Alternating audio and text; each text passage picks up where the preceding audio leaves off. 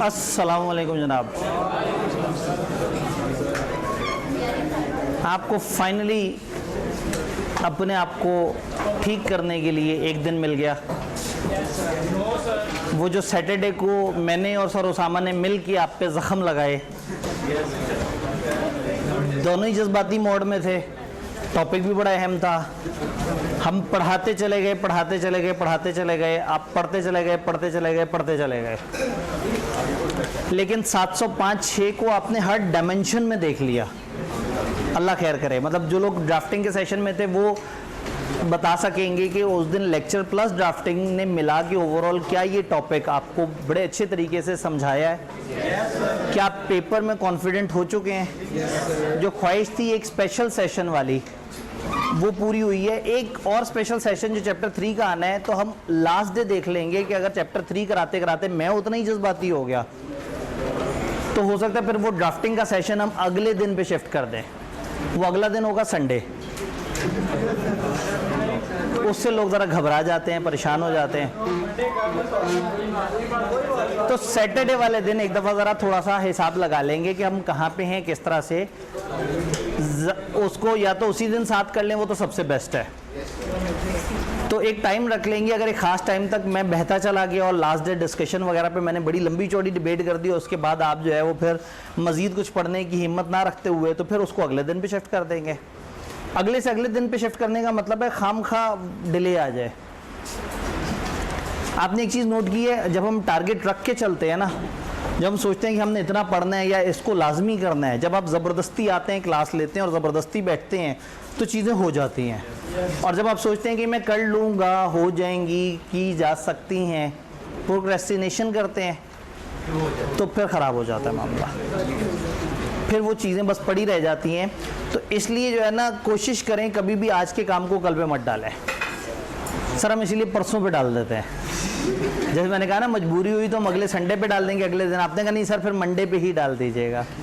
जो आज का काम आज कर ले वो बहुत अच्छा आदमी है, और जो शदीद मजबूरी में आज के काम को कल पे डाल दे वो तौबा करे और अगली दफ़ा कोशिश करे कि अपना डेली का टारगेट पूरा करे। लेकिन जो काम कल के बजाय डायरेक्ट परसों पे डालता है, उसका इरादा ही नहीं होता वो वाला काम करने का। वो अपने आप को एक इजी टाइम देना चाहता है कि परसों बैठ के सोचूंगा कि आज करना है या कल करना है या अगली परसों पे डालना है। तो बहरहाल एक तो ये कि सैटरडे को जो है ना, वो मतलब आप लोगों को मैंने वो खराज तहसीन पेश करना था कि आपने इतनी देर पहले मुझे बर्दाश्त किया, फिर उससे ही शायद ज़्यादा ही देर वो अगले वाले सर को बर्दाश्त किया। जी बस 20-25 मिनट फालतू। ये देखें ना, ये कमाल बात हो गई कि आप लोग जो है वो आहिस्ता आहिस्ता यूज्ड टू हो गए हैं उस जुल्म के। ठीक है। अच्छा, दूसरा एक और चक्कर ये है कि ज़ाहिर है पिछली वाली क्लास जब स्टार्ट होती है, फिर उसको निकलते हुए भी थोड़ा बहुत एंड पे कोई टॉपिक वगैरह चल रहा हो तो थोड़ी बहुत देर हो जाती है।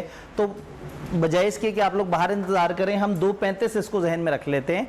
आपकी क्लास ख़त्म होने के बाद मेरे पास 10 मिनट का मार्जिन होता है। अगले वाले बच्चों के साथ 4:40 पे टाइम सेट है, तो मैं कोशिश अक्सर करता हूँ कि मैं उस टाइम को अवेल कर लेता हूँ।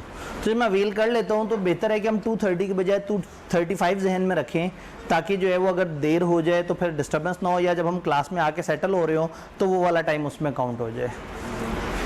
सबसे अच्छी खबर ये है कि सिर्फ 5 दिन रह गए। इसी हफ्ते ऑडिट ख़त्म करके बैठे हुए होंगे इंशाल्लाह। सोचें, पेपर जिस तारीख पे शुरू होने उससे ठीक 1 महीना पहले, ठीक 30 दिन पहले हम सिलेबस ख़त्म करके बैठे हुए होंगे इंशाल्लाह। और आपका कौन सा पहला वाला पेपर होता है? आपका तो 9 तारीख को पेपर होता है। और R2 के लिए कौन पढ़ता है? और पूरा सेशन पढ़ते रहे, पेपर से पिछले दिन क्या करना है, उसमें से क्या निकालना है सब्जेक्ट में से। अकाउंटिंग में तो पेपर से पिछले दिन बंदा बैठ तो जाता है पढ़ने, फिर सोचता है करना क्या है। अकाउंटिंग तो एक चीज़ है, जो एक हुनर है, जो आहिस्ता आहिस्ता आपने एक्वायर कर लिया। तो पेपर से पिछले दिन आप ज़्यादा से ज़्यादा ये करें कि आप पूरे महीने में तैयारी करते करते हर टॉपिक करते हैं, उसके बहुत सारे पास पेपर के सवाल करते हैं, बट एक सवाल करने के बाद आपको चस आ जाती है। आप कहते हैं यार कमाल सवाल है, टॉपिक भी पूरा समझ आ गया, ये सवाल भी मुझे समझ आ गया, और ये सवाल करके अच्छा भी लग रहा है। अपने ऊपर ना अच्छा अच्छा गुमान होना शुरू हो जाता है। उस पर सितारा लगा के मार्क कर लें। पेपर से पिछले दिन हर टॉपिक का सिर्फ एक एक वो सवाल करें जो आपको लगा कि उसने चैप्टर भी अच्छा कवर किया और जिसने आपको कॉन्फिडेंस दिया। पेपर से पिछले दिन एक नया सवाल उठाएंगे तो मायूस होंगे। तो पेपर से पिछले दिन, FR2 से पिछले दिन कुछ नहीं करना होता। न्यूमेरिकल से पिछले दिन आपको न्यूमेरिकल बगैर छुट्टियों के भी आ जाएं तो कुछ नहीं होता, थ्योरियों में मसला होता है। ऑडिट आई के अपने लकीली ऐसे टाइम पे रखा है जिसमें कंफर्म छुट्टी आती है।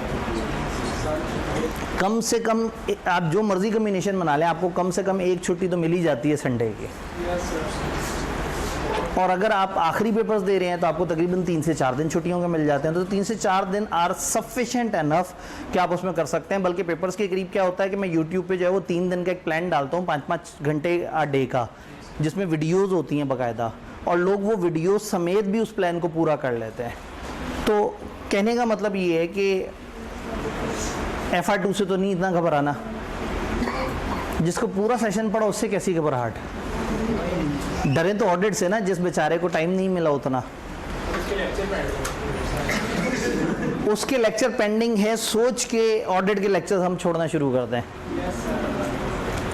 भाईजान उसके जो लेक्चर पेंडिंग है ना वो 5 दिन में ख़त्म नहीं होंगे, लेकिन ऑडिट 5 दिन में ख़त्म हो जाएगा।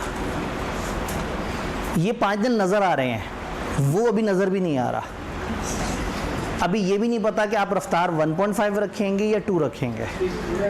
अभी ये भी नहीं पता लग रहा कि बीच में से जब आप देखेंगे कि एक टॉपिक सर ने करा दिया और सर ने 4 सवाल कराए, वो तो सर हैं, मैंने इनमें से कौन से 2 सवाल करने हैं। अभी तो आपने इस तरह की वैरायटियाँ भी करनी है। तो जिस पे भी वैरायटियाँ होनी है वो फ्यूचर अनसर्टन, इनडेफिनेट है, और ये इस वक्त सामने नज़र आ रहा है। तो सिर्फ 5 दिन, पेपरों से 1 महीना पहले आप ऑडिट से आज़ाद हुए होंगे। आसान अल्फाज में FR2 के पेपर से पूरे 30 दिन पहले आप आज़ाद हो चुके होंगे। मिल जाएंगे 30 दिन। आपने अभी तक साथ साथ बाकी सब्जेक्ट को लेके चला, 5 दिन साथ साथ कितना क्या कर लेना है आपने बाकी सब्जेक्ट्स में, कितना पढ़ लेंगे। FR2 के कितने को लेक्चर ले लेंगे ऑडिट की इस रूटीन के साथ? 20। तो फिर तो अगर ये क्लासें ना हो रही हो तो आप तो इस हफ्ते में 100 लेक्चर भी ले सकते हैं, अगर आप में इतनी तेज़ी। अच्छा हाँ, सॉरी, आप लेक्चर समझते हैं कि प्ले करके छोड़ दें, जब ख़त्म हो जाए तो लेक्चर ले लिया। भाईजान लेक्चर लेने का मतलब उसमें इंटेलेक्चुअल कैपेबिलिटी वाली बातें हजम करनी होती हैं, 7-7 सवाल लिख के करने होते हैं। तो खैर पूरा सेशन ऑडिट को इग्नोर करते रहे इसलिए कि R2 साथ साथ चला जाए। वो बेवफा फिर भी साथ साथ नहीं चला। उससे मोहब्बत करें ना जो आपसे मोहब्बत करता है। वो सब्जेक्ट जिसको आप पकड़ने की कोशिश करते हैं वो आके गले लगा लेता है आपको। आप उसको ज़रा सा टाइम देते हैं वो फ़ौरन से ग्रिप में आना शुरू हो जाता है। 705-6 हल्के टॉपिक्स नहीं है, और आपने थोड़ी सी तवज्जो दी, थोड़ा सा अटेंटिव होकर सुना, तो टीचर ने एफर्ट की, आपने उसको ग्रैप्स किया और आप कॉन्फिडेंट हो गए। तो सिर्फ ये अगले 5 दिन अगर आप सही से टाइम दे देते हैं ऑडिट को, मेरे ख्याल में 5 दिन के लिए बाकी सब्जेक्ट्स को साइड पर रखा जा सकता है। अगर by the end of those 5 days आप 80-90% प्रिपरेशन लेवल पे ऑडिट में आ जाएं, तो ये प्रिपरेशन लेवल आपको FR2 के लेक्चर सुनने में भी हेल्प करेगा। वरना FR2 का लेक्चर तकरीबन जब 20 मिनट का हुआ होता है ना, तो जहन में आता है कि ऑडिट के तो मुझे 2 चैप्टर आते हैं खाली। एग्जैक्टली 20 मिनट पे पहुंचता है ना, तो लग रहा होता है कि चीज़ें डूएबल नहीं है। लेकिन जब आपको पता हो कि ऑडिट तो मैंने साइड पे किया हुआ है, तैयार हुआ हुआ है, उसको तो एंड पे देखना है, तो फिर मज़ा भी आएगा, फिर समझ भी आएगा और होगा भी। मैंने पहले दिन आपको एक स्ट्रेटेजी बताई थी जो उस वक्त आपको बहुत अच्छा नहीं समझ आई, दैट वाज फोकस।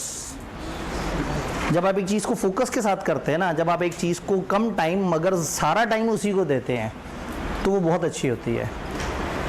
ऑडिट एक बड़ा पेपर है, मेरे कहने पे ज़िंदगी के 5 दिन ये तजर्बा करके देखें। सर 5 दिन में हमारे FR2 के लेक्चर मिस हो जाएंगे, तो भाईजान वो तो अभी भी आपने 40-40, 45-45 पेंडिंग किए हुए हैं, तो 5 दिनों में आपने कितना कोई उसमें मज़ीद पेंडिंग कर लेना है, ठीक है। लेकिन इन 5 दिनों में ऑडिट पूरा हो सकता है, तो जो हो सकता है उसे तो पकड़े ना, इसे पकड़ के तैयार करके साइड पे रख दें, उसके बाद अगले महीने खेलते रहे आप अपने पेंडिंग लेक्चर्स के साथ। तो क्या हम तैयार हैं? हम तैयार हैं। चैप्टर 14 हमने स्टार्ट किया हुआ था। चैप्टर 14 में है हमारे बहुत सारे स्टैंडर्ड्स। 4 स्टैंडर्ड 700 सीरीज़ के हैं, 3 स्टैंडर्ड 500 सीरीज़ के हैं। हमने लास्ट डे 700 सीरीज़ के स्टैंडर्ड किए और हमने क्या किया, एन उसको उस दिन प्लान किया जब आपको दरमियान में वक्फा आ जाए, एक दिन का गैप आ जाए, आपको मार्जिन मिल जाए, आप रिवाइज कर सकें, आप चीज़ों को देख सकें, या और कुछ नहीं तो जो है वो आप फ्रेश हो सकें, आप जो है वो एक दिन सुकून का गुजारें, एक दिन फेसबुक यूज़ करें, एंजॉय करें, इजी हो, रिलैक्स हो, और फिर उसके बाद दोबारा पढ़ने के लिए आ जाए। अब ऐसा मार्जिन हमारे पास इस वीक के एंड पे आएगा, तो इसको 2 हिस्सों में तोड़ लिया था। इसमें एक टॉपिक है जो मैं यहाँ नहीं डिस्कस कर रहा, विच इज़ लॉ वाली रिपोर्ट। पाकिस्तान के लॉ ने भी एक रिपोर्ट बताई है। इन्होंने क्या किया, ISS 700 पकड़ा, छापा लगा दिया सारे का, और बीच बीच में अपनी थोड़ी थोड़ी सी फनकारियाँ कर दी। पाकिस्तान लिख दिया, ICAP लिख दिया, SCCP का तस्करा कर दिया, ज़कात वाली बात कर दी। तो किताब में एक जगह ये टॉपिक है जिसमें लॉ वाली रिपोर्ट है। आपने अगर मेन रिपोर्ट पढ़ी हुई है तो लॉ वाली रिपोर्ट को बस एक दफ़ा ज़िंदगी में, एक दफ़ा बस एवं ही नज़रों से गुजार लीजिएगा। इंपॉर्टेंट थिंग है, उस रिपोर्ट के बाद मैंने एक टेबल बनाया हुआ है जिस टेबल में डिफरेंसेस बताए हुए हैं कि 700 वाली रिपोर्ट और ये जो लॉ वाली रिपोर्ट है इनके दरमियान क्या फ़र्क है। बस उस टेबल को ज़रा जहन नशीन कर लीजिएगा ताकि पेपर में खुदा ना खास्ता सवाल आ जाए तो आप कुछ ना कुछ करने की पोजीशन में हों। अब हमारा टारगेट है 500 सीरीज़ जी, 500 सीरीज़ हमारा टारगेट है। ISA 570 जो कि गोइंग कंसर्न का स्टैंडर्ड है, ISA 560 जो कि सब्सीक्वेंट इवेंट का स्टैंडर्ड है, और ISA 580 जो कि रिटर्न रिप्रेजेंटेशन है।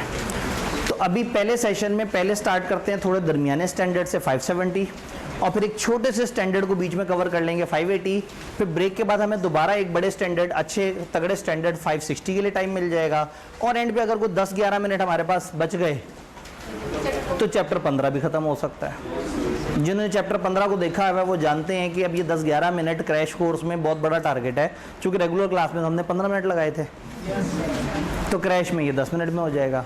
जिसको चैप्टर 14 आता है और ऑडिट की बेसिक्स पता है उसके लिए ये इतना मुश्किल चैप्टर नहीं है। तो स्टार्ट करते हैं पहला topic which is going concern.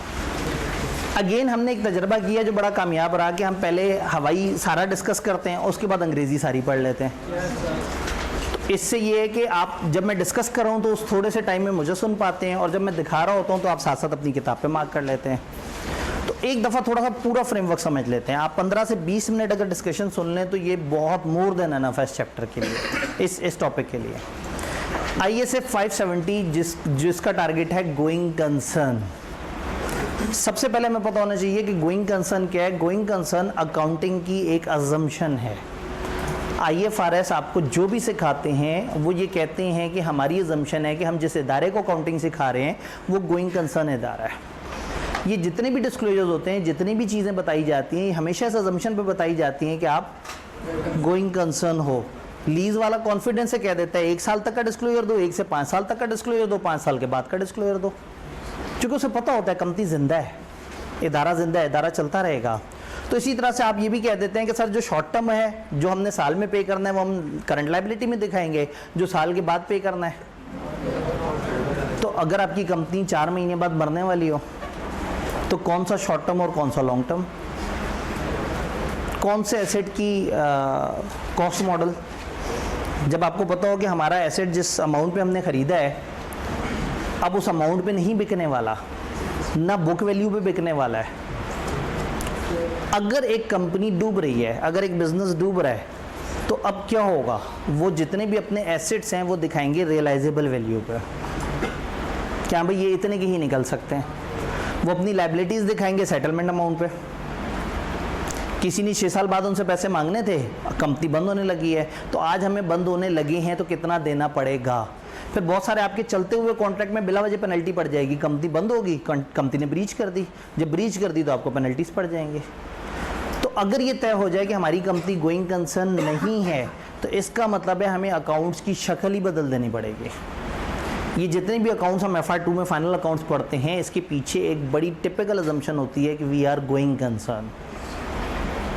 FR2 के अंदर आपने बहुत सारी पॉलिसीज़ के लिखने के बारे में देखा होगा, तो वहाँ कहीं ना कहीं आपने जाना होगा कि हमने गोइंग कंसर्न के बारे में ये अजम्पशन लेनी होती है कि हमारी कंपनी या हमारा इदारा एक गोइंग कंसर्न है।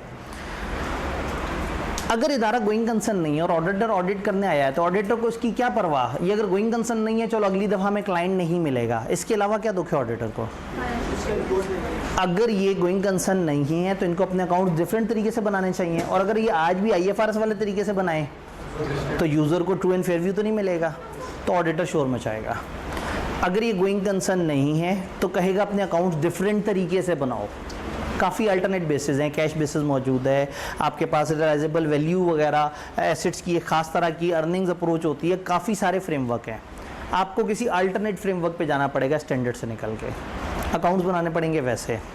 अगर आप वैसे अकाउंट्स बना दें तो ऑडिटर के गम गलत हो गए, जो ऑडिटर की ख्वाहिश थी वो पूरी हो गई है। आप अकाउंट्स बनाएं अल्टरनेट मेथड पे और एक जगह नोट डाल दें कि ये अकाउंट्स गोइंग कंसर्न पे नहीं बने, अल्टरनेट मेथड पे बने हैं। ऑडिटर ज़्यादा से ज़्यादा ये करेगा कि एक एम्फेसिस ऑफ मैटर पैराग्राफ डाल देगा अपनी रिपोर्ट में कि ताकि वो यूज़र्स को खास तौर पे हाईलाइट कर दे कि ये गोइंग कंसर्न नहीं है, लेकिन वो ये नहीं कहेगा आपके अकाउंट झूठे बने हुए हैं। हाँ, लेकिन अगर वो गोइंग कंसर्न आउट हो रही हो और वो अकाउंट्स फिर भी गोइंग कंसर्न वाले तरीके से बनाए, अब ऑडिटर को मसला होगा। तो ये स्टैंडर्ड शुरू होता है एक ख़तरे से। गोइंग कंसर्न एक अजम्पशन है जो हमेशा वैलिड मानी जाती है अनलेस के देर आर कुछ शकूक व शुबात अगेंस्ट इट। यानी अगर मैं किसी को ऑडिट कर रहा हूँ तो मैं टिपिकली सोचूंगा कि ये सब ओके है, यहाँ कोई मसला नहीं, अनलेस कि मुझे कुछ खतरे, कुछ ट्रिगर्स नज़र आ जाएं। स्टैंडर्ड ने 3 तरह के खतरों की एक लिस्ट दी है और वो लिस्ट को 2-3 दफ़ा पढ़ने से हम ज़रा काफ़ी हद तक कंफर्म हो जाते हैं कि वो खतरे किस किस्म के हैं। अगर एक कंपनी के फाइनेंशियल हालात कुछ इंडिकेट कर रहे हो, एक कंपनी के ऑपरेशनल हालात कुछ इंडिकेट कर रहे हो, या कुछ और अदर थिंग्स हो जो ये आइडिया दे रही हैं कि कंपनी डूबने वाली हो रही है। फाइनेंशियल हालात की अगर हम एग्जांपल देखने की कोशिश करें तो कंपनी की अगर नेगेटिव कैश फ्लोज चल रहे हो, कंपनी की रेशियोज एडवर्स निकलना शुरू हो जाएं, कंपनी के पास पैसा आना ख़त्म हो जाए, कंपनी को पैसे की सपोर्ट बंद हो जाए, शेयर होल्डर कंपनी छोड़ के जाना शुरू हो जाए, लेंडर अपने पैसे वापस मांगना शुरू हो जाए, कंपनी के पास अपने वर्किंग कैपिटल साइकिल में से पैसे ही ना निकल रहे हो, यानी कि माली हालात ख़राब है, विच इज़ एन इंडिकेटर कि कंपनी कभी भी ख़त्म हो सकती है। सेकेंड तरह की example operational indicators. Operational indicator का मतलब है कि आपके प्लांट में मसला आ गया, आप जो चीज़ बेचते थे मार्केट में उसकी डिमांड ख़त्म हो गई, आपके एम्प्लॉयज़ कंपनी को छोड़ के चले गए, आपकी मैनेजमेंट सही नहीं हो रही, आपकी जो मेन टीम थी जो चीज़ों को चला रही थी उस मेन टीम ने कंपेटिटर को ज्वाइन कर लिया है, कोई बड़ा सक्सेसफुल कंपेटिटर आ गया है जिसकी वजह से आप उसका मुकाबला कर ही नहीं पा रहे, आप उस तरह की क्वालिटी ही नहीं बना पा रहे अपनी प्रोडक्ट्स में। इसका मतलब आपके साथ कुछ ऑपरेशनल मसलों मसाइल है जिसमें आप अपने ऑपरेशन सही से रन नहीं कर रहे। जैसे अक्सर कहा जाता है कि अगर एक हॉस्पिटल है और वो चंद डॉक्टर्स की वजह से चलता था और उनमें से चंद की डॉक्टर्स उठ के चले जाएं किसी और हॉस्पिटल में और ये हॉस्पिटल को कुछ नए डॉक्टर ना मिल रहे हों, तो ये ऑपरेशनल मसला है। तो फाइनेंशियल मसला भी हो सकता है, ऑपरेशनल मसला भी हो सकता है, उसके अलावा भी कुछ मसले हो सकते हैं। आपकी रिप्यूट ख़राब हो गई, अचानक से आपके खिलाफ नेगेटिव पब्लिसिटी शुरू हो गई, अचानक से किसी ने फेसबुक पे कंपेन उठा के डाल दी जिसमें कोई बेसिस नहीं थी और आवाम तो फ़ौरन से मसाला सबको पसंद है, आगे से आगे शेयर से शेयर करते जा रहे हैं और बड़े खुश हैं, कह रहे बड़ा मज़ा आया, बड़ा अच्छे तरीके से इन्जॉय किया। आपके बारे में कोई रूमर मार्केट में फैल गई है और वो रूमर बहुत ज़्यादा तेज़ी से चल पड़ी है, या आजकल तो बहुत आसान है, कह दो कि ये इसराइल की कंपनी है, ख़त्म कहानी। तहकीक बाद में करेंगे, 700 लोगों को फॉरवर्ड करके 70 दफ़ा जन्नत ज़रूर वाजिब करा लेंगे। कुछ भी हो सकता है। ये आपका फाइनेंशियल मसला नहीं था, ये ऑपरेशनल मसला नहीं था, लेकिन ये एक ऐसा मसला ज़रूर है जिससे कंपनी की गोइंग कंसर्न हिल सकती है। तो स्टैंडर्ड कहाँ से स्टार्ट होता है? सबसे पहले आपको डर लगा कि कुछ गोइंग कंसर्न के ऊपर अटैक होता लग रहा है। ये डर कैसे लगा? ऑडिटर को ऑडिट करते हुए कुछ ऐसे इंडिकेटर्स नज़र आए, कुछ ऐसी निशानियां नज़र आईं जिससे वो घबरा गया। जब ये निशानियां नज़र आईं तो आप तड़प के पहुंचेंगे मैनेजमेंट के पास, कहेंगे भाई मैं अच्छा भला ऑडिट कर रहा था लेकिन मुझे ये अचानक से कुछ खतरे नज़र आना शुरू हो गए हैं, तुम लोग बताओ, तुम लोगों ने गोइंग कंसर्न की असेसमेंट की है ना? उनका वो क्या होती है? हमने कहा भाई वो हमारी रिपोर्ट में भी हम लिखते हैं, तुम लोगों से वादा होता है, गोइंग कंसर्न असेस करना किसके ज़िम्मे है? मैनेजमेंट। तो हम कहेंगे हमें अपनी असेसमेंट दिखाओ, उन्होंने कहा जी असेसमेंट तो हमने बनाई कोई नहीं। मैं कहूँगा तुम फिर जाहिल हो, ठीक है, तुमने असेसमेंट ही नहीं बनाई। जब तुमने असेसमेंट ही नहीं बनाई तो तुम कैसे कहते हो कि मेरा इदारा गोइंग कंसर्न है? असेसमेंट बनाना इतना ज़रूरी काम था, मुझे असेसमेंट चाहिए। उन्होंने कहा जब बनाई नहीं तो तुम्हें कैसे दे दें। मैंने कहा देख लो ये सफिशिएंट अप्रोप्रिएट ऑडिट एविडेंस है और मुझे तुमसे चाहिए था, तुम नहीं दे रहे और है भी परवेसिव लेवल का। अगर वो मुझे असेसमेंट देंगे ही नहीं तो मैं तो डिस्क्लेमर दे दूंगा। अगर भाग सकता हुआ टाइम हुआ तो ऑडिट छोड़ के चला जाऊंगा।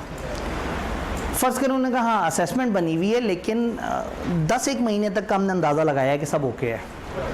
हम कहेंगे नहीं भाई, गोइंग कंसर्न का अंदाज़ा कम से कम 12 महीने। जुमला इस्तेमाल होता है स्टैंडर्ड में, वो कहते हैं आपने फॉरसीएबल फ्यूचर जहाँ तक दिख रहा है वहाँ तक अंदाज़ा लगाना है, लेकिन कम से कम क्वांटिफिकेशन उसकी 12 महीने है। 12 महीने की असेसमेंट, उन्होंने कहा 10 महीने की असेसमेंट है, तो मैं कहूँगा मुझे 2 महीने का सफिशिएंट अप्रोप्रिएट एविडेंस नहीं मिला। अब ये शायद उतना परवेसिव ना रहे लेकिन मटेरियल तो है, कम से कम क्वालिफाइड रिपोर्ट तक तो बात जा ही सकती है। वापस इधर आते हैं। फ़र्ज़ करें मैंने उनसे कहा आपकी असेसमेंट बनी हुई, उन्होंने असेसमेंट दिखाई। अब जो उन्होंने असेसमेंट में लिखा होगा कि हमने देख लिया हमारा इदारा सब सही है, सिर्फ 1-2 जगह हमें ख़तरा है, तो ये देखें कि क्या उन्होंने भी वो आइडेंटिफाई किया है जिसको आप आइडेंटिफाई करके कह रहे थे कि मसला है। अगर नहीं किया तो उनसे कहें भाई मुझे ये फैक्टर से डर लग रहा है, आपके पास क्यों नहीं है, इसकी भी तहकीक करें। और अगर उन्होंने वही आइडेंटिफाई किए हैं जो आपने आइडेंटिफाई किए, तो ऑडिटर ने कहा भाई जब आपको भी पता और मुझे भी पता है कि आपके डॉक्टर छोड़ के चले गए हैं, तो कैसे कहते हो को आप गोइंग कंसर्न हो। उन्होंने कहा जी डॉक्टर छोड़ के गए हैं तो डॉक्टर आ भी तो सकते हैं। हमने अल्टरनेट प्लान बनाया, हमारी 3 डॉक्टर से बात हो चुकी है, वो आ रहे हैं। हम एक बड़े ज़बरदस्त किस्म की लैब बनाने लगे हैं और हम बाहर से चंद मशीनें इंपोर्ट करने लगे हैं और अब हमारा हॉस्पिटल दिन दुगनी रात चौगनी तरक्की करेगा। उन्होंने आपको बताया और आप मान गए। नहीं, आप तो स्केप्टिक आदमी हैं। ये क्या करता है ऐसा स्केप्टिक आदमी? पूछेंगे 3 डॉक्टर से कॉन्ट्रैक्ट हो गए, कॉन्ट्रैक्ट दिखाओ। बहुत ज़्यादा आगे जाने चाहेंगे तो उस डॉक्टर से कंफर्मेशन करने की कोशिश करेंगे। अच्छा जी वो इंपोर्ट हमने करना है, बताओ इंपोर्ट के कागज़ कहाँ है, कौन सी मशीन है, किस किस्म की मशीन है, ऐसा क्या है उसमें जो बाकियों के पास नहीं है। अच्छा लैब बनानी है, लैब के स्टैंडर्ड अप्रूव करवा ली है, फलाना क्वालिटी चेक करवा ली है। तो जो वो प्लान्स देंगे हम उन प्लान्स को ऑडिट करेंगे। और अब चूंकि हमें शक हो गया है तो अब हम ज़रा ज़्यादा ध्यान से देखेंगे कंपनी के कैश फ्लोज को, कंपनी के अरेंजमेंट्स को, कंपनी के मामलात को, कंपनी के वर्किंग कैपिटल के साइकिल को, कंपनी के अपने कॉन्ट्रैक्ट्स में कहाँ वो बात कर रहे हैं कहाँ नहीं कर रहे हैं, कोई अनफिल्ड कस्टमर ऑर्डर तो नहीं, कहीं कुछ और इस तरह के मसले तो नहीं। ये तसल्ली करने के लिए कि अभी भी कहीं कोई खदशा तो नहीं रहता। ये सारे स्टेप्स करने के बाद अलग अलग तरह के आउटकम आएंगे। आउटकम नंबर 1 जो मैं मानता था कि गोइंग कंसर्न आउट हुई हुई है, वाकई आउट हुई हुई है और ये मान नहीं रहे। ये अकाउंट्स में कह रहे हैं हम गोइंग कंसर्न है, जबकि मैं मानता हूँ going concern material misstatement, accounts में झूठ बोल रहे हैं। किस लेवल का झूठ बोल रहे हैं? परवेसिव लेवल का। तो मुझे ओपिनियन क्या देनी चाहिए? एडवर्स। आउटकम नंबर 2 उन्होंने मुझे असेसमेंट ही नहीं दी, डिस्क्लेमर या विड्रॉल। उन्होंने असेसमेंट दी लेकिन असेसमेंट एक्सटेंड नहीं कर रहे। मैं कहता हूँ 12 महीने तक लेके जाओ, वो नहीं लेके जाते। तो सिचुएशन के मुताबिक क्वालिफाइड या डिस्क्लेमर किसी भी तरफ बात जा सकती है।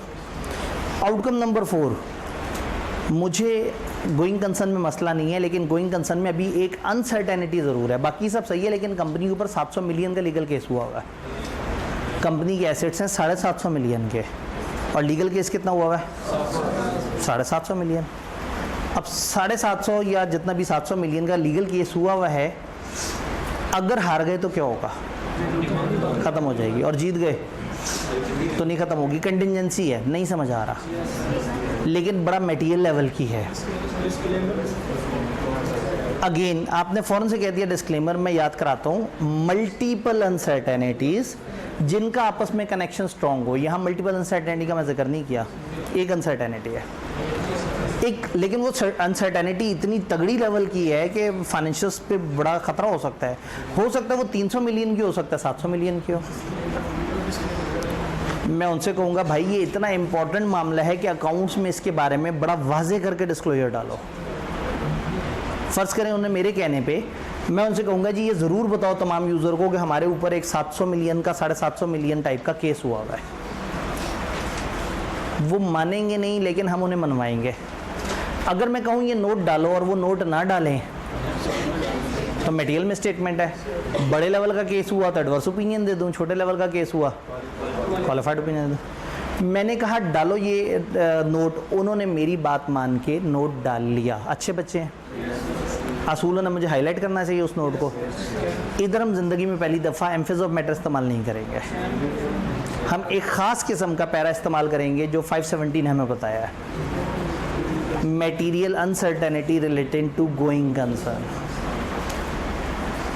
अनमोडिफाइड रिपोर्ट का एक ऑफिशियल कंटेंट। याद हमने कहा था 570 वाला गोइंग कंसर्न वाला, सिर्फ याद रखिए सिर्फ ज़िंदगी में एक सूरत में आएगा अगर गोइंग कंसर्न पे डाउट है, अपेरेंटली आपको सब ठीक लग रहा है लेकिन कोई मटेरियल अनसर्टेनिटी है और आपने क्लाइंट से उसे डिस्क्लोज करने का कह दिया और क्लाइंट ने भी उसे डिस्क्लोज कर दिया है, तो इस मामले को स्टैंडर्ड ने इंडिविजुअल इंपॉर्टेंस दी और इन्होंने कहा आप एम्फेसिस यहाँ इस्तेमाल नहीं करेंगे, यहाँ इस्तेमाल करेंगे material uncertainty relating to going concern.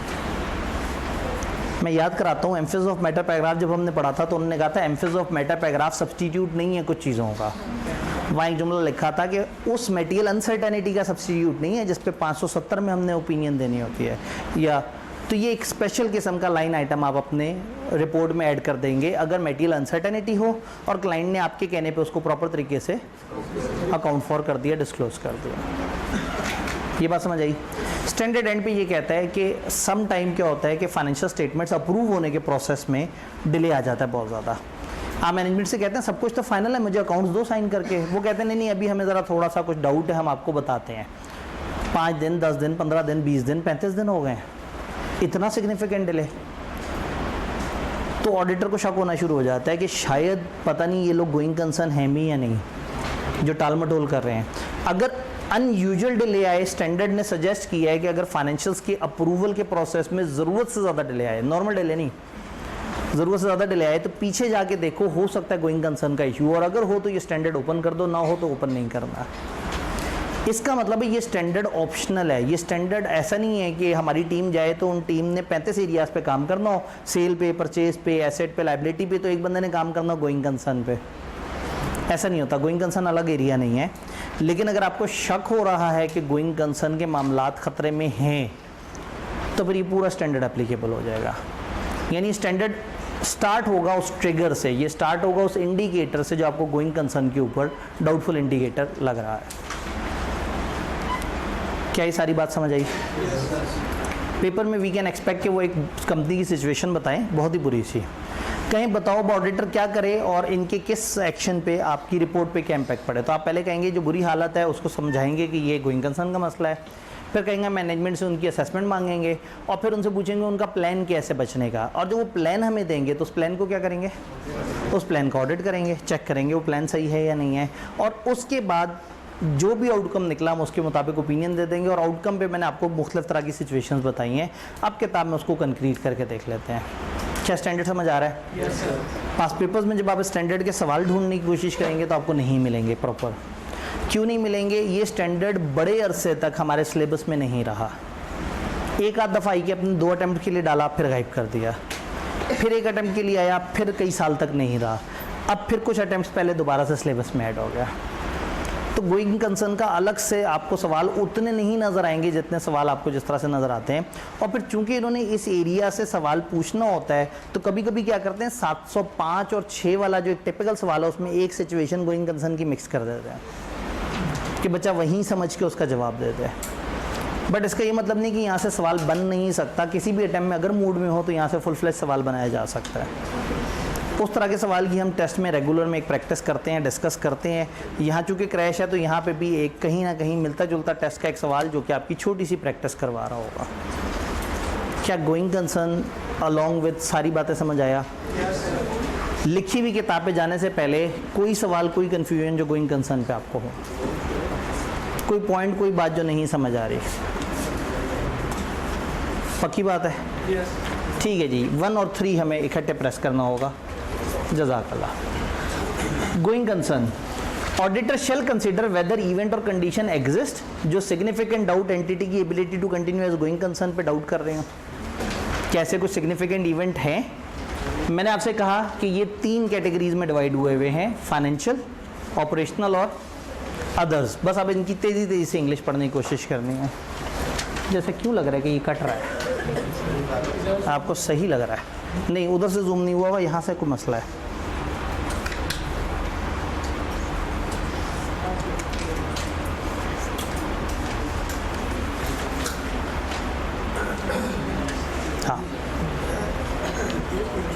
क्या क्या सिचुएशंस हो सकती हैं फाइनेंशियल? नेट लायबिलिटी पोजीशन, जैसे नेट एसेट होता है ना, asset minus liability is equal to कुछ बचता है। समटाइम इतने बुरे हालात होते हैं कि लायबिलिटी ज़्यादा होती है, एसेट कम होते हैं, तो आप लायबिलिटी में से एसेट माइनस करके कहते हैं नेट लायबिलिटी पोजीशन। आपकी फिक्स्ड टर्म बोरोइंग मैच्योर हो रही हैं लेकिन कोई प्रोस्पेक्ट नज़र नहीं आ रहा कि आप पे कर सकेंगे। आपने लॉन्ग टर्म बोरोइंग ली हुई थी 6 साल की, 6 साल की मुद्दत पूरी होने लगी है और आपके पास पैसे कोई नहीं है वापस करने के, और ना ही आपको रिन्यूअल वगैरह या रीपेमेंट का कोई और ऑप्शन नज़र आ रहा है, और शॉर्ट टर्म पे आप बहुत ज़्यादा रिलाई करना शुरू हो गए हैं, जबकि लॉन्ग टर्म बोरोइंग वाला आपके हाथ से निकलता जा रहा है। फ़ौरन डूब नहीं जाएगी, लेकिन ये खतरा है कि कंपनी डूब सकती है। ये वो इवेंट और कंडीशन है that may cast significant doubt और फाइनेंशियल सपोर्ट। क्रेडिटर्स ने विड्रॉ करने की इंडिकेशन दे दी, उन्होंने कहा हम अब आपको सपोर्ट नहीं करेंगे बहुत ज़्यादा। नेगेटिव ऑपरेटिंग कैश फ्लोज है, हिस्टोरिक का मतलब है इस वक्त जो करंट चल रहे हैं वो बहुत नेगेटिव हैं, या फ्यूचर में आपको लग रहा है कि अब आप माइनस में जाना शुरू हो जाएंगे। की फाइनेंशियल रेशियोज एडवर्स हैं, ख़राब चल रही हैं, बहुत ज़्यादा ऑपरेशनल लॉसेज हैं, एसेट्स की वैल्यू बुरी तरह से गिर चुकी है, डिविडेंड दे नहीं पा रहे या वो आगे से आगे टाल मटोल कर रहे हैं, क्रेडिटर्स को ड्यू डेट पे नहीं कर पा रहे, लोन एग्रीमेंट की टर्म्स पूरी नहीं कर पा रहे, बहुत सारे सप्लायर ने कह दिया अब हम आपसे क्रेडिट पे नहीं चलेंगे, कैश दोगे तो माल देंगे, हमें आप पे भरोसा नहीं है, और फाइनेंसिंग हमें नहीं मिल पा रही अपनी नई प्रोडक्ट डेवलपमेंट के लिए। अब हम नई तरफ जाके बचाने की कोशिश तो कर रहे हैं अपने आप को, कोई उधार ही नहीं दे रहा हमें। फाइनेंशियल मसले अगेन याद नहीं करना, लेकिन इन एग्जांपल्स को पढ़ना है ताकि हमारे जहन में एक कॉन्सेप्ट आए कि क्या खतरे हैं। ऑपरेशनल मैनेजमेंट का अपना इरादा है कि वो बंद करने लगे हैं ऑपरेशंस। की मैनेजमेंट के पर्सनल लूज हो गए हैं, कोई रिप्लेसमेंट नहीं मिली, कोई मेजर मार्केट या बड़ा कस्टमर या फ्रेंचाइज या मेन लाइसेंस जिससे आप चलते थे वो आपके हाथ से चला गया है। लेबर हासिल करने में आपको डिफ़िकल्टीज़ हो रही हैं, इंपॉर्टेंट सप्लाईज आपकी मिस हो रही हैं, गवर्नमेंट ने को पाबंदियां लगा दी हैं, आपका कोई कंपेटिटर बड़ा ज़बरदस्त किस्म का आ गया है जिसकी वजह से अब आपको दिक्कत हो रही है अपनी कंपनी को या अपने बिजनेस को चलाने में। अदर फैक्टर्स, कैपिटल या अदर स्टैच्यूटरी रिक्वायरमेंट लॉ ने जो दी हुई थी आप उनको फुलफिल नहीं कर पा रहे, आपके खिलाफ कुछ लीगल केसेस चल रहे हैं, कोई लॉ रेगुलेशन या गवर्नेंस पॉलिसी में कुछ ऐसा चेंज आया जिससे मसला होगा, कुछ बड़े बड़े डिज़ास्टर्स आ गए हैं जो अंडर इंश्योर्ड थे या अनइंश्योर्ड थे। डिज़ास्टर आया और आपके पास इंश्योरेंस नहीं थी तो आपका नुकसान हो गया, या इंश्योरेंस थी लेकिन उतनी नहीं थी जितना बड़ा डिज़ास्टर आया। तो कोई भी फाइनेंशियल ऑपरेशनल या अदर मसला अगर आपका है तो ये सिग्निफिकेंट डाउट क्रिएट कर रहा है। अब कहानी हमने समझी हुई है, सिर्फ इंग्लिश देखनी है। ऑडिटर ये देखेगा क्या मैनेजमेंट ने ऑलरेडी एक असेसमेंट की है या नहीं की। अगर की है उन्होंने तो मैं देखूंगा क्या उन्होंने भी वो इवेंट आइडेंटिफाई किए हैं, और अगर किए हैं तो क्या प्लान है उनका एड्रेस करने का। और दूसरा, अगर असेसमेंट अभी मैनेजमेंट ने परफॉर्म नहीं की तो डिस्कस करें मैनेजमेंट से कि भाई फिर आप कैसे कहते हो आप गोइंग कंसर्न हो, और कहें कि ये जो इवेंट और कंडीशन जो मुझे नज़र आ रहे हैं इसके बारे में अब आपका क्या ख्याल है। आपने तो असेसमेंट प्रॉपर की ही नहीं है, मुझे असेसमेंट करके दो। लेकिन जब आप कहेंगे मुझे इसकी असेसमेंट करके दो तो टेक्निकली मिल गई आपको उनसे असेसमेंट। अब वो प्लान्स वगैरह को कैसे चेक करेंगे। अगर आपको लग रहा है कि आप चीज़ें सही हैं और आप देख रहे हैं कि फर्दर कोई अनसर्टेनिटी तो नहीं है, तो उसके लिए आप क्या करेंगे, कुछ मजीद वर्किंग देखेंगे, आप इनके कैश फ्लोज और अदर फोरकास्ट देखेंगे, अब लेटेस्ट अवेलेबल इंटरम फाइनेंशियल से इनकी अंडरस्टैंडिंग लेंगे, इनके क्या हालात हैं, इनकी एग्रीमेंट डिबेंचर लोन एग्रीमेंट की शर्तें देखेंगे, दोस्त जावेद गवर्नर शेयर होल्डर्स की मीटिंग के मिनट्स पढ़ेंगे कि वो क्या चाह रहे हैं, क्या कर रहे हैं। लीगल काउंसिल वालों से कहेंगे कि भाई जो इनके लीगल डिपार्टमेंट वाले कि आपके कौन कौन से केसेस पेंडिंग हैं। एंटिटी के प्लान्स को इवेल्युएट करेंगे कि वो किस तरह से अपने कस्टमर ऑर्डर जिनको नहीं फिल कर पा रहे उसको कवर करेंगे। ऑडिट प्रोसीजर लगाएंगे सब्सिक्वेंट इवेंट पे, बोर्विंग फैसिलिटीज़ हैं या नहीं है उसके बारे में देखेंगे, रेगुलेटरी एक्शंस को देखेंगे। यानी अब हमने उन इवेंट्स पे तो काम कर लिया, अब ओवरऑल अंदाज़ा लगा रहे हैं कि कहीं कोई अभी गड़बड़ तो नहीं, कहीं स्टिल कोई अनसर्टेनिटी ऐसी तो नहीं जो इनकी गोइंग कंसर्न को हिट करती लग रही हो। देन क्या होगा, डिफरेंट सिचुएशंस आएंगी, वही जो हमने बात की थी। भाई कुछ कहना चाहते हैं। पहले सब कुछ ठीक था तो अब क्या हुआ, हमें शक हो गया। जब हमें शक हो गया है तो अब हम हर चीज़ को किस नज़र से देख रहे हैं, ज़्यादा स्केप्टिक नज़र से देख रहे हैं। अभी तक तो सब पॉजिटिव चल रहा था। पीछे बताइए ये वाले पॉइंट्स कब लगाने हैं, जब आप सफिशिएंट अप्रोप्रिएट ऑडिट एविडेंस हासिल करना चाहते हैं कि कोई मजीद अनसर्टेनिटी तो नहीं। इसका मतलब है ये हमेशा नहीं लग रहे, ये तब लग रहे हैं जब आप स्टैंडर्ड में कूद चुके हैं। जब आपको डाउट हुआ कि कुछ गड़बड़ है, आपने उसके ऊपर वर्किंग की और वर्किंग के बाद आप आगे गए, इन्होंने कुछ प्लान्स वगैरह आपको दिए, अब इनके प्लान तो इवेल्युएट करने ही करने हैं, उसके अलावा आपने जेनेरिकली अब ये प्रोसीजर लगाने हैं ये तसल्ली के लिए कि चलो गोइंग कंसर्न तो खत्म, ओके गोइंग कंसर्न का मसला नहीं, कोई अभी भी अनसर्टेनिटी तो नहीं है ऐसी, तो अब ये प्रोसीजर आप अनसर्टेनिटी को ढूंढने के लिए कर रहे हैं, टू डिटरमाइन वेदर और not a material uncertainty exist related to event और condition that may cause significant doubt on. आपको वो इवेंट या कंडीशन नजर आया था, अब देखें कि क्या उसकी वजह से कोई मटेरियल अनसर्टेनिटी अभी भी मौजूद तो नहीं, उसके लिए हम ये वाले सारे काम कर रहे हैं। अब अल्टीमेटली हमारे सामने कुछ आउटकम आएंगे। पहली आउटकम हम कहते हैं आपकी गोइंग कंसर्न गलत है, एडवर्स ओपिनियन, डायरेक्ट एडवर्स, सोचना ही नहीं कम हल्का, ये हमेशा भारी है। गोइंग कंसर्न अप्रोप्रिएट है लेकिन अनसर्टेनिटी एग्जिस्ट करती है, अच्छे बच्चे हैं उन्होंने क्या किया है, एडिक्वेट डिस्क्लोजर देती है। अनमोडिफाइड ओपिनियन दें जिसमें आप वो मटेरियल अनसर्टेनिटी वाला पैरा डालें, IAS से 700 के जो रिपोर्ट के कंटेंट्स में था वो वाला para. Emphasis of matter para तरह होता है लेकिन इसका नाम एम्फेसिस ऑफ मैटर नहीं होता, हम इसको अलग से नाम देते हैं मटेरियल अनसर्टेनिटी रिलेटेड टू, ताकि यूज़र एकदम से जब रिपोर्ट देखे तो इतनी बड़ी लाइन देखे एकदम से चौकन्ना हो जाए कि ये मटेरियल अनसर्टेनिटी क्या चीज़ है। अगर गोइंग कंसर्न अप्रोप्रिएट अनसर्टेनिटी थी और उन्हें एडिक्वेट डिस्क्लोजर नहीं दिया तो दरमियाने लेवल का मसला क्वालिफाइड और बड़े लेवल का मसला एडवर्स। मैनेजमेंट अनविलिंग है, वो एक्सटेंड नहीं कर रही या मेक नहीं कर रही अपनी असेसमेंट, तो क्या करें। और यहाँ पांचवी चीज़ जो IKF की किताब ने नहीं डिस्कस किया कि अगर उन्होंने गोइंग कंसर्न अजम्पशन उनकी वैलिड नहीं थी, उन्होंने अल्टरनेट बेसिस ऑफ अकाउंटिंग के मुताबिक बना दिया अकाउंट्स और उसमें नोट भी डाल दिया, तो वहाँ हम एम्फेसिस ऑफ मैटर पैराग्राफ्स उसको हाईलाइट कर देते हैं। वो वाली बात IKF सरप्राइजिंगली वो अपनी किताब में मिस कर गए, हालांकि स्टैंडर्ड की मैक्सिमम बातें बताई हैं, वो वाला पैरा खा गए। वो पैरा क्या है, अगर गोइंग कंसर्न इनअप्रोप्रिएट है, गोइंग कंसर्न नहीं है ठीक, और मैनेजमेंट मानते हैं कि गोइंग कंसर्न नहीं है और मैनेजमेंट सुधर के अपने अकाउंट सारे बदल चुके हैं अल्टरनेट बेस पे, तो अब उन्होंने कुछ गलत नहीं किया, ये मटेरियल में स्टेटमेंट नहीं है। आपने कहा था अकाउंट्स की शक्ल बदल लो, बदल ली उन्होंने, और एक जगह नोट डाल दिया कि ये अकाउंट गोइंग कंसर्न नहीं फलाना तरीके पे बने हुए हैं। इस वाले पैरा को आप हाईलाइट कर देते हैं एम्फेसिस ऑफ मैटर पैराग्राफ में। ये स्टैंडर्ड ने हमें ट्रीटमेंट बताया हुआ है लेकिन मैं हम अपनी किताब से बाहर निकल के बात कर रहा हूँ। किताब ने सरप्राइजिंगली पी गई किताब, मुझे नहीं समझ आता कि सारा स्टैंडर्ड बता के इतनी सी बात जो है वो क्यों उन्होंने छुपाई। फिर शायद उन्होंने सोचा होगा कि बच्चों को अल्टरनेट बेस ऑफ अकाउंटिंग का भी नहीं पता होगा, बच्चे अपनी अकाउंटिंग ज़रा हल्की ही चला रहे होते हैं।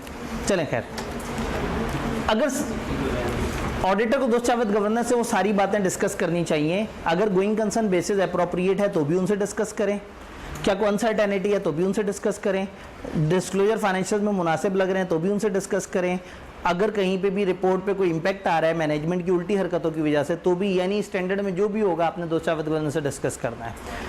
चैप्टर 14 के किसी भी स्टैंडर्ड में हमेशा ये प्रोसीजर आप लिख सकते हैं कि हम दोषावित गवर्नेंस से डिस्कस करेंगे, क्योंकि ये ऑडिट के एंड के स्टेप्स हैं, ये सारे इतने अहम है कि बगैर दोषावित गवर्नेंस से डिस्कस किया आपने रिपोर्ट में नहीं डालना है।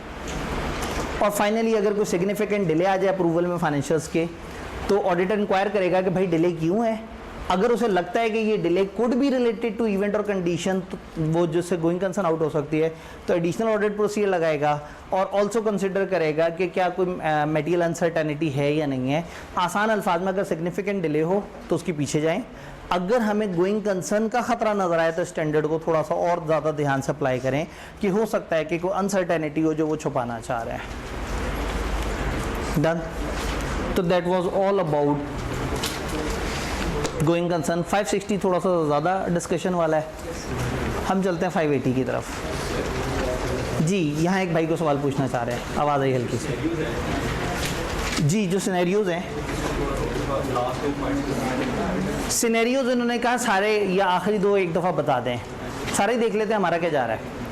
गोइंग कंसर्न इनअप्रोप्रिएट है, एडवर्स ओपिनियन देते हैं, ये आसान है। गोइंग कंसर्न अप्रोप्रिएट है लेकिन एक डाउट है, मैं उनसे कहूँगा डिस्क्लोज कर दो। अब दो आउटकम निकलेंगे, या वो करेंगे या नहीं करेंगे। अगर कर दिया तो मटेरियल अनसर्टेनिटी वाला पैरा, ना किया तो क्वालिफाइड या एडवर्स ओपिनियन। भाई देखे ना, वो लीगल केस 300 मिलियन का भी हो सकता है, 750 मिलियन का भी हो सकता है। 750 है तो परवेसिव है, 300 है तो कम से कम मटेरियल है, तो हो सकता है किसी केस में मैं क्वालिफाइड तक चला जाऊँ और किसी में एडवर्स। जी, अगर वो डिस्क्लोज करें तो भी दोनों बातें हो सकती हैं। हम ये दोनों बातें पता कब देखते हैं? जब मसला होता है। मैं एक एग्जांपल देता हूँ। उन्होंने नॉन क्रेडिट एसेट डाले हुए फाइनेंशियल्स में, परवेसिव होते हैं हमेशा, तो हमने तो कुछ भी नहीं करना।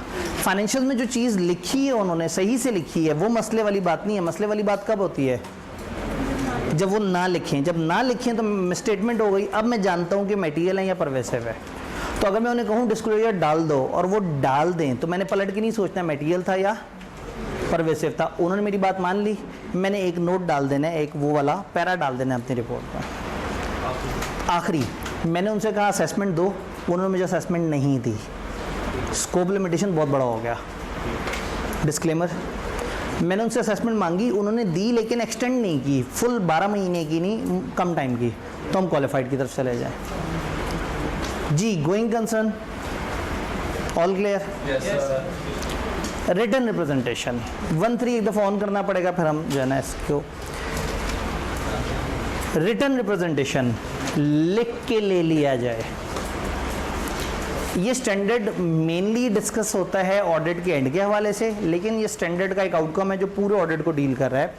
जब जब भी ऑडिट में आपको किसी भी जगह, किसी भी पॉइंट पे, किसी भी चीज़ पे कोई भी कंफ्यूजन हो, तो यू आर ऑलवेज अलाउड कि आप मैनेजमेंट से लिखवा सकते हैं। कुछ ऐसी बातें होती हैं जिनका एविडेंस नहीं होता। आपने कहा ये सेल हुई थी, उन्होंने कहा ये लो रसीद, ये परचेज हुई थी, ये लो रसीद। मीटिंग में उस बंदे ने इस डिसीजन को अप्रूव किया था, आप कहेंगे मिनट्स दिखाओ। कहेंगे मीटिंग में एक बंदे ने बोला था, मिनट्स में नहीं लिखा हुआ। आपने कहा कंफर्म बोला था? हाँ जी बोला था, लिख के दे दो। हमारी डॉक्टर से बात चल रही है, अगर तो हो गई है डॉक्टर्स को बुलाने वाली बात, तो एग्रीमेंट देख लें। और अगर बात चल रही है, कंफर्म कर दो, लिख के दे दो। जब भी आप किसी से कहते हैं ना कि मुझे ये इन्फॉर्मेशन लिख के दे दो, तो अगला बंदा सुपर अलर्ट हो जाता है, वो फिर थोड़ा सा मुश्किल में आ जाता है। अगर हवाई बात हुई हुई हो तो चीज़ें थोड़ी मुश्किल होती हैं। एक बच्चा आके कहता है अब आप लोग बड़े बेरहम हैं, अभी सिर्फ 4.5 महीने हुए थे, क्लासें शुरू हुए, आपने मेरे से पैसे मांगने शुरू कर दिए। हम कहते हैं भाई तुमसे शुरू में लिखत पढ़त में बात हुई थी, पहली इंस्टॉलमेंट शुरू में दोगे, 1.5 महीने बाद रिजल्ट आने के बाद तुम अब अगली इंस्टॉलमेंट दे दोगे। नहीं, मैंने तो ऐसा कुछ नहीं तय किया था। हम कागज़ निकालते हैं, कागज़ पे उसके साइन से तकरीबन कोई पाइया सेंटीमीटर के फासले पे, नहीं पाइया इंच के फासले पे वो इंस्टॉलमेंट प्लान बना हुआ होता है, और उसके एन नीचे जो है ना वही तकरीबन इंच से भी कम फासले पे उसने साइन किए हुए होते हैं। तो हम कहते हैं यार तुम इस इतने बड़े कागज़ पे जिस जगह साइन कर रहे हो, तुम्हें इसकी इमीडिएट ऊपर लिखी हुई बात भी नहीं देखी। वो कहता है उस वक्त मैंने ध्यान नहीं किया, टाइम कम था। इस दफ़ा हम शुरू में एक और कागज़ इजाफी दे रहे हैं जिस पे वही चीज़ दोबारा से लिखी हुई और साइन करके वो अपने साथ घर ले जाए, फ्रेम करा के डेली उसे देखे कि उस पर क्या लिखा हुआ है, ताकि बाद में ये ना कहे जी टाइम कम था मैं क्या करता। हम तो इतनी एहतियात करते हैं कि एक एक चीज़ पढ़ लो ताकि बाद में कहीं कोई कन्फ्यूजन ना हो। तो वो अगर उसकी बात लिखी भी मौजूद होगी, साइन हुई भी मौजूद होगी, तो उसका क्लेम थोड़ा सा हल्का हो जाएगा। और अगर हवाई बात हुई होगी, ज़बानी तय हुआ होगा, तो थोड़ा सा मुश्किल हो जाएगा। एक बच्चा आया, उसने जनाब एनरोल करवाया। अब जो टेस्ट में एनरोल करवा रहा है उसने कहा जी मैं सिर्फ टेस्ट देने आऊँगा, क्या मुझे लाइब्रेरी मिलेगी? फ्रंट ऑफिसर ने जिस बात में जोश खिताबत में कह दिया हाँ कोई मसला नहीं, आके लाइब्रेरी में बैठ जाना। अब ये हवाई बात है, बाद में बच्चा साबित नहीं कर सकेगा। आइडियली बच्चे को क्या चाहिए? लिख के दे दें। अब वो लिख के दे देगा तो बाद में मुकर नहीं सकता। तो सम टाइम क्या होता है कि जहाँ बात बहुत हवा में चल रही होती है, तो वहाँ एक बड़ा ज़बरदस्त एविडेंस का तरीका होता है कि आप सामने वाले बंदे से चीज़ें राइटिंग में ले लेते हैं, उसके बाद वो मुकरते नहीं हैं। फिर बहुत सारे ऐसे एविडेंसेस होते हैं जिसमें बात ही जजमेंट की होती है। ये वाली इन्वेस्टमेंट को लॉन्ग टर्म इन्वेस्टमेंट क्यों लिखा है आपने अकाउंट्स में? उन्होंने कहा हमारा इरादा है कि इसको 2 साल बाद बेचेंगे। इस वाली को शॉर्ट टर्म में क्यों डाला हुआ है? हमारा इरादा है 4 महीने में बेच देंगे। सेम तरह की इन्वेस्टमेंट, एक पे इरादा है तो वो लॉन्ग टर्म में चला गया, और एक में इरादा है तो इरादे की रसीद होती है। आप कहेंगे भाई मीटिंग जिसमें तय हुआ उसके मिनट्स दिखाए। उन्होंने कहा मीटिंग में तय नहीं हुआ लेकिन हमने सोचा वैसा है। तो फिर ऑडिटर के पास एक ही तरीका बच जाता है, भाईजान लिख के दे दो कि हमने ये सोचा हुआ है। तो समटाइम इंटेंशंस के ऊपर भी फाइनेंशियल्स में डिस्क्लोजर आगे पीछे हो जाते हैं। तो इसका मतलब ये है कि एक बहुत अच्छा एविडेंस ये है कि जहां आपको डाउट हो, in addition to other evidence आप लोगों से लिखवा लें। ये अपने अंदर अकेला एविडेंस तो बहुत मजबूत नहीं है, लेकिन ये किसी ना किसी और एविडेंस को सपोर्ट करता है। अब कब लिखवाएं? 3 जगह, 3 जगह पे आप मैनेजमेंट से चीज़ें लिखवाएं। नंबर 1, जहां कोई स्टैंडर्ड कह दे कि मैनेजमेंट से लिखवा लो। रिलेटेड पार्टी पढ़ा, उसमें लिखा था मैनेजमेंट से लिखवा लेना। फ्रॉड पढ़ेंगे, उसमें लिखा होगा मैनेजमेंट से लिखवा लेना। सब्सीक्वेंट इवेंट पढ़ते हैं, उसमें लिखा होता है मैनेजमेंट से लिखवा लेना। तो एक जहां स्टैंडर्ड कह देगा वहां लिखवाएंगे मैनेजमेंट से। नंबर 2, जहां ऑडिटर की judgement during the course of audit किसी भी इंटेंशन को वेरीफाई करने के लिए उसको कहती है, हम वो लिखवा लेंगे। और नंबर 3, सबसे ज़रूरी, 580 ने कहा कि आपने एंड ऑफ ऑडिट पे ओपिनियन देने से आखिरी पहले उनसे साइन करवा लेने कुछ चीज़ों पे।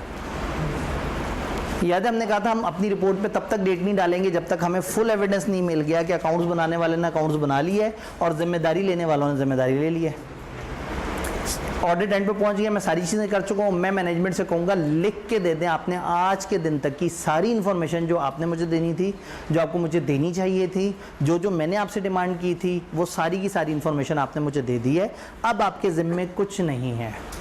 कल को ऐसा ना हो कि एक लीगल केस चल रहा हो और ऑडिटर से अदालत पूछे भाई ये तुमने ये वाला एविडेंस क्यों नहीं लिया, वो कहे मुझे मैनेजमेंट ने दिया ही नहीं एविडेंस। वो कहेंगे ऑडिटर ने हमसे पूछा ही नहीं एविडेंस। तो आप उनसे लिखवा लें कि जो उनके ज़िम्मे था वो उन्होंने आपको लिख के दे दिए, अकाउंट्स बना चुके हैं और अब ये हैं वो फाइनेंशियल जो एंड पे वो ऑडिटर के हवाले कर रहे हैं। ऑडिट रिपोर्ट में ना एक जुमला लिखा होता है, we have audited the annexed financial statements या we have audited the accompanying financial statement. हमने नीचे दी गई फाइनेंशियल्स का ऑडिट किया है। आप ये रिपोर्ट उन्हें दे दें, वो अकाउंट्स का पुराना सेट पकड़ के उसके साथ लगा के मार्केट में इशू कर दें। तो ऐसा नहीं होता। आप जब स्टार्ट में आते हैं आप उनसे लेते हैं ट्रायल, वो आपको अकाउंट्स की एक रफ शक्ल दिखाते हैं, एक ट्रायल दिखाते हैं, आप उस पर काम करते रहते हैं। ऑडिट के दौरान हो सकता है 200 चेंजेस आपने उसमें करवाई। अब आपने फाइनल जो ऑडिट की है वो अप्रूव हुए अपडेट हुए फाइनेंशियल्स का ऑडिट किया है। तो आप ओपिनियन देने से पहले कहेंगे कि मुझे फाइनेंशियल स्टेटमेंट्स का फाइनल वर्जन दिखाएं। वो आपको एक फुल फाइनल वर्जन दिखाएंगे उसका, आप उस पर देखेंगे कि क्या वो सारी बातें आ रही हैं जो आपकी उनसे तय हुई थी। किताब में नहीं है, प्रैक्टिकली आप उस फाइनल फाइनेंशियल स्टेटमेंट्स के सेट के हर सफ़े पे साइन करते हैं। एक कॉपी उन्हें देते हैं और एक कॉपी अपने पास रखते हैं कि कल को अगर उन्होंने पब्लिशिंग के वक्त कोई और फाइनेंशियल्स लगा दिए तो आप उन पे लीगल केस कर दें कि मैंने जिन अकाउंट्स को ऑडिट किया था वो ये हैं जिनके हर सफ़े पे मेरा साइन आ रहा है। तो फाइनेंशियल स्टेटमेंट्स फाइनल होने के बाद ऑडिट रिपोर्ट से पहले दो चीज़ें सबसे ज़रूरी हैं। आप उनसे आखिरी फुल अपडेटेड अकाउंट्स पकड़ते हैं और उस दिन एक और कागज़ पकड़ते हैं जिसका नाम होता है रिटर्न रिप्रेजेंटेशन लेटर। ये लेटर कम से कम 2 चीज़ों पे बहुत ज़ोर देता है कि अकाउंट्स उन्होंने बना दिए और आपको सारी इन्फॉर्मेशन और एक्सप्लेनेशन प्रोवाइड कर दी, अब उनके ज़िम्मे कुछ नहीं है। इस वाले में आप कुछ पुरानी वालों को रिकन्फर्म भी कर सकते हैं कि वो मैंने आपसे पूछा था वो भी अभी तक वैलिड है, वो वाली बात भी अभी तक वैलिड है। तो ये एक लेटर होता है जो बड़ा ज़रूरी होता है। जब तक ये लेटर आपको ना मिले आप ओपिनियन नहीं दे सकते। अगर ये लेटर आपको नहीं मिलेगा ना, ये हमेशा परवेसिव लेवल का मसला है। जब अकाउंट्स बनाने वाले उसकी जिम्मेदारी नहीं ले रहे तो मैं कैसे ऑडिटर जिम्मेदारी ले लूँ। इसीलिए रिपोर्ट पे जुमला लिखा था कि मैं अपनी रिपोर्ट पे तब तक डेट नहीं डालता जब तक दोस्त जिन्होंने अकाउंट्स बनाए हैं उन्होंने बना ना लिए हों और जिन्होंने जिम्मेदारी लेनी थी उन्होंने अपनी पूरी जिम्मेदारी। तो ऑडिट के एंड पे पूरे ऑडिट के 2 सबसे बड़े एविडेंस होते हैं आखिरी दिन वाले तकरीबन, signed financial statements fully updated और रिटर्न रिप्रेजेंटेशन लेटर। ये 2 मिलते हैं तो आप रिपोर्ट दे देते हैं। आप एज नियर एज प्रैक्टिकेबल दोनों डेट्स रखते हैं। आज उन्होंने अकाउंट दे दी और 3 दिन बाद आपने रिपोर्ट दी तो अगले 3 दिन में अगर कोई चेंज आई तो फिर ऑडिटर बेचारा फंस जाएगा। ये बात समझ आई। अभी रिटर्न रिप्रेजेंटेशन किस फॉर्म में होता है? ये लेटर फॉर्म में होता है। कौन किसको इशू करता है? मैनेजमेंट वाले ऑर्डर को इशू करते हैं। कब इशू करते हैं?